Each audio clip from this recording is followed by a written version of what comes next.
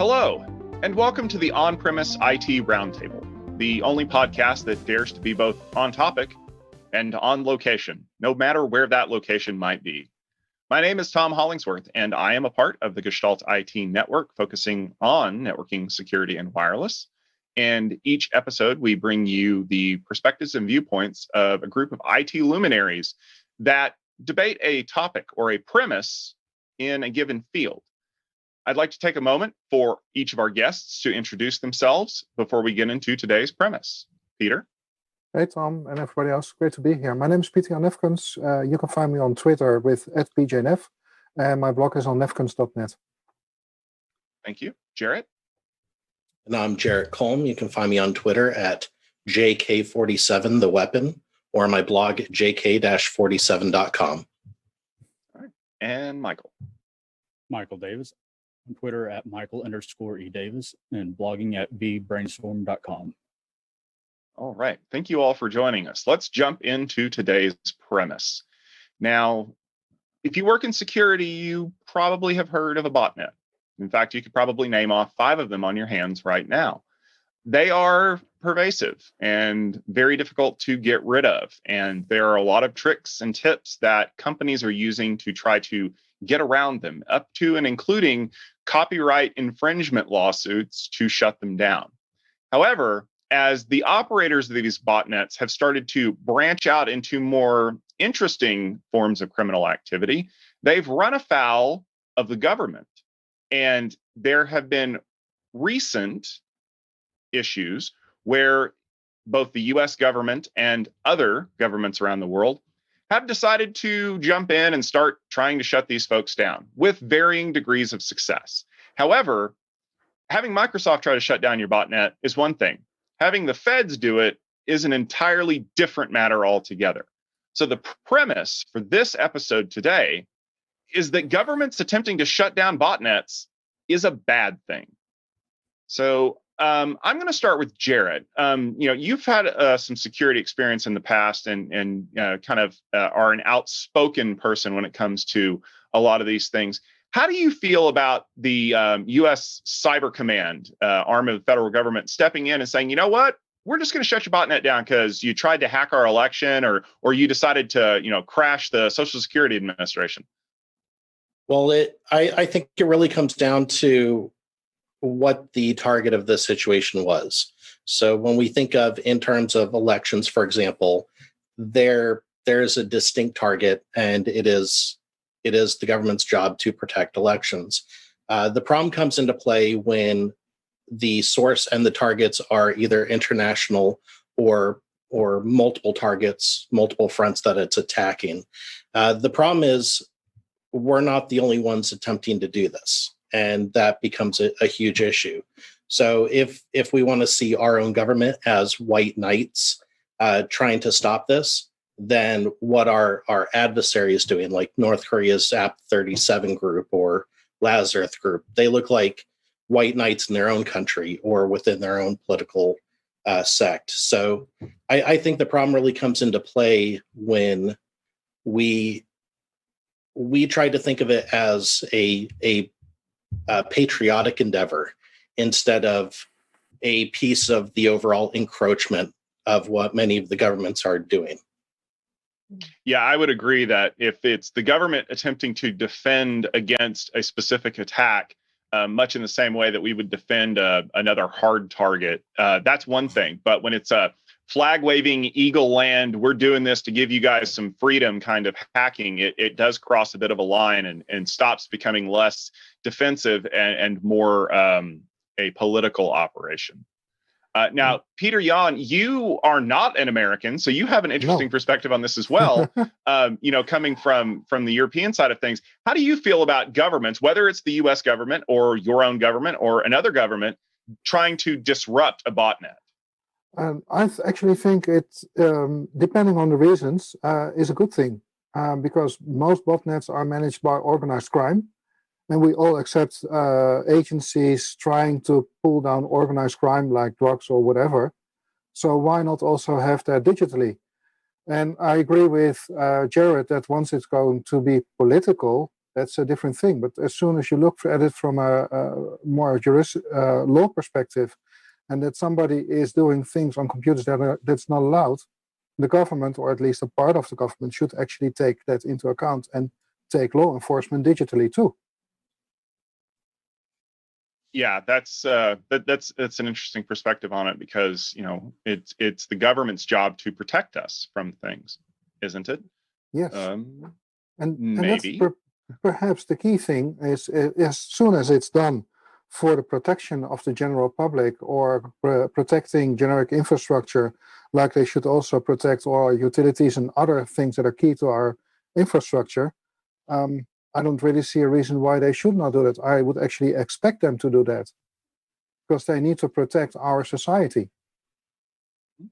Michael, what about you? Do you think it's a good idea for a government to start trying to disrupt the botnet? I think it can be very problematic, particularly once you move past the defensive stage and you start going after proactive targets, particularly international ones, because then you're opening yourselves up for retaliation.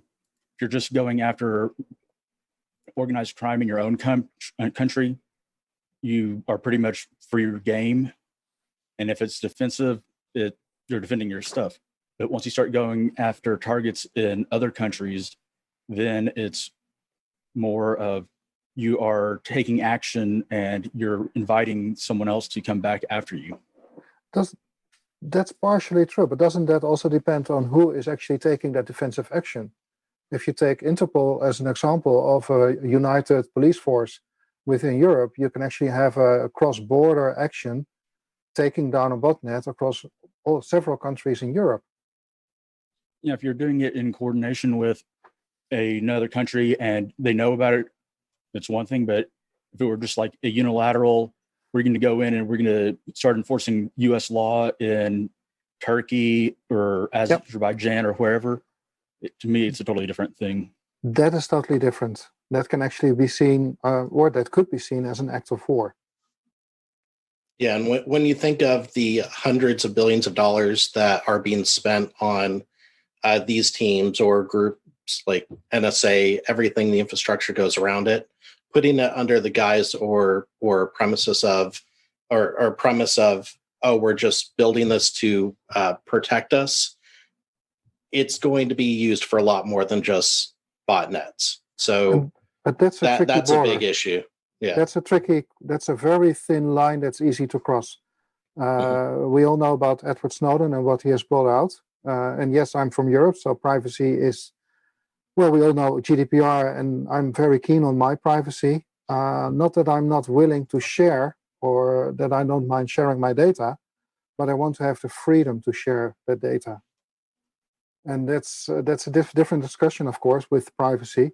But as soon as these organizations are taking the wrong decisions and taking privacy, they're not handling that as a right, and they just step over it. That's a wrong step. That's the wrong line. You need to have clear rules of engagement also. Otherwise, it becomes, okay, well, we don't like what this group is doing. We're going to go after them, whether or not they've really done anything illegal other in the country of origin. You just don't like them. Yes. And with the clear lines of engagement, every time the administration changes in the country, who the target is going to change.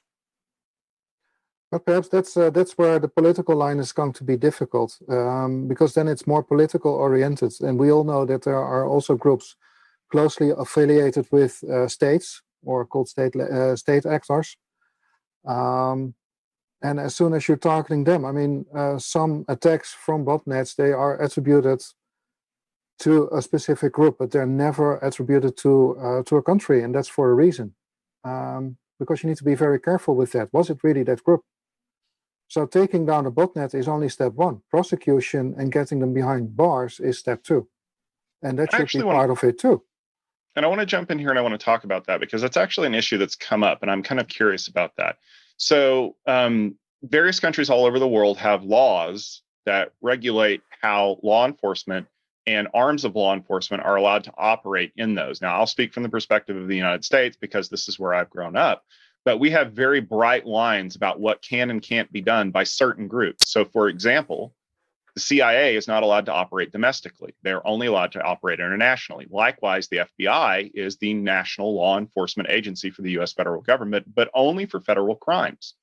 Also, we have very clear rules about how the US military is allowed to operate domestically to not violate the Posse Comitatus Act. Now, making Cyber Command an arm of the Air Force in the NSA makes it problematic. Also, what if a foreign agency is demanding that a US agency operate in the US borders to crush a botnet that is operating internationally?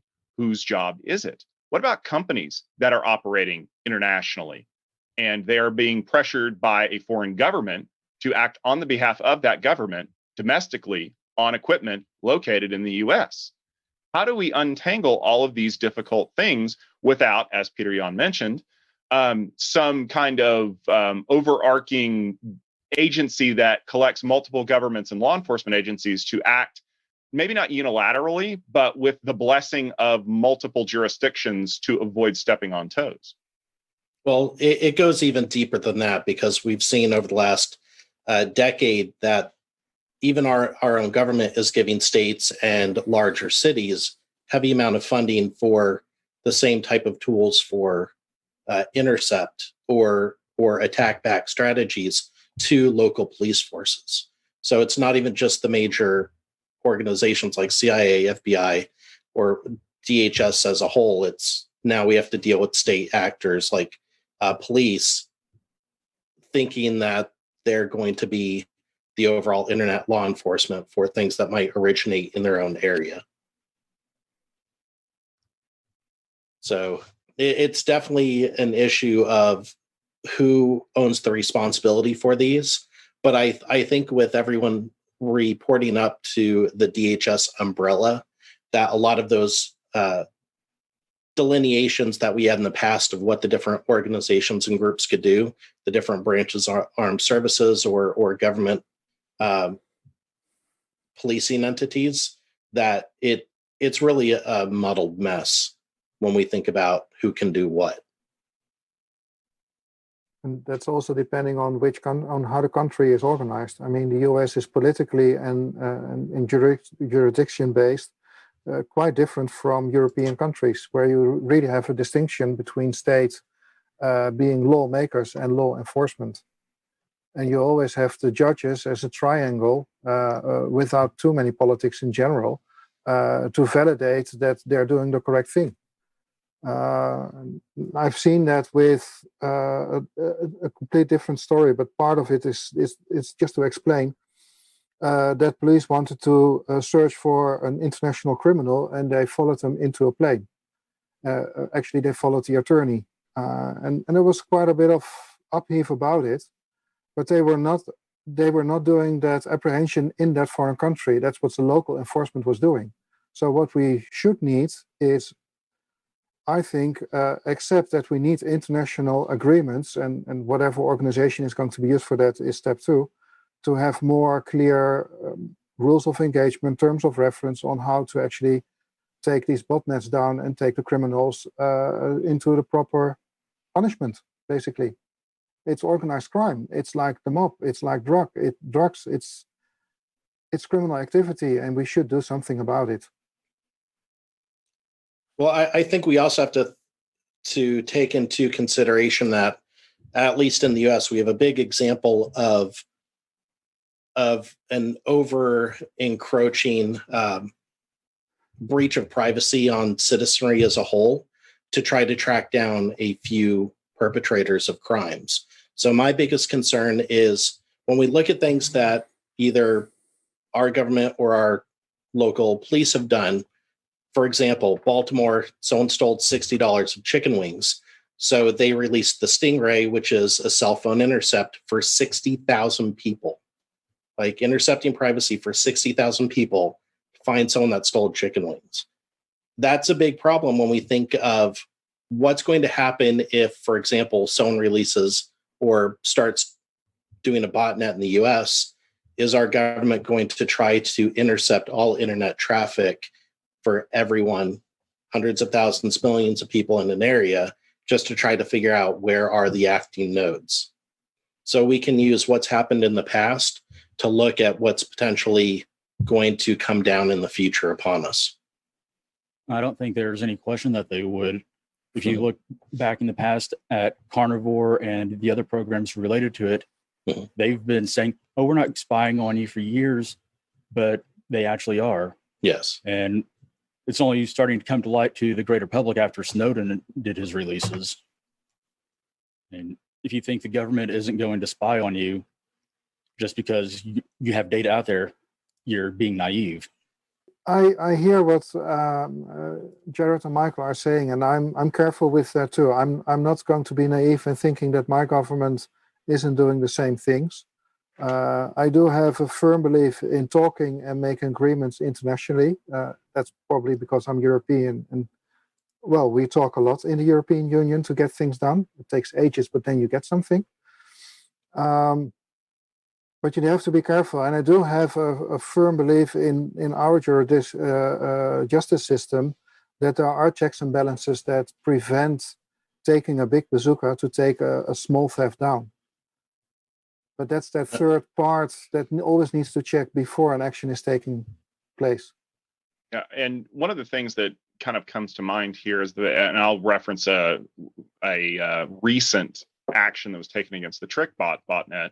Microsoft and Symantec and a bunch of companies had been attempting to take it down with varying degrees of success. And then the US Cyber Command got involved and, well, quite honestly, got tricky with it and was able to disrupt some of it. However, the hardened command and control functions that were being used were able to recover, at least at the time of this recording. Is the problem that maybe the government's trying to take down botnets isn't bad necessarily? It's just that we don't have enough capability for the governments to be able to do a thorough job. And I reference things like hosting these botnets in places that are outside of government reach, and servers hosted on sea land or behind countries that don't allow government operation inside of their borders. It is the issue that if the governments are the ones going after the botnets, that the people who are creating them are just going to get more creative about trying to find ways to hide them places that the government can't touch. It's definitely going to be an arms race, because as the governments get better at finding them and taking them down, those that build them are going to get better at hiding them, having it in multiple ways of control and backdoors, so that one pathway of controlling it gets taken down, they have another way of controlling it. It's going to be back and forth for eternity. Yeah, that's probably the case, because there's too much money being earned with managing and selling and renting out botnets. So there's a monetary issue. It's a complete market. It's a business.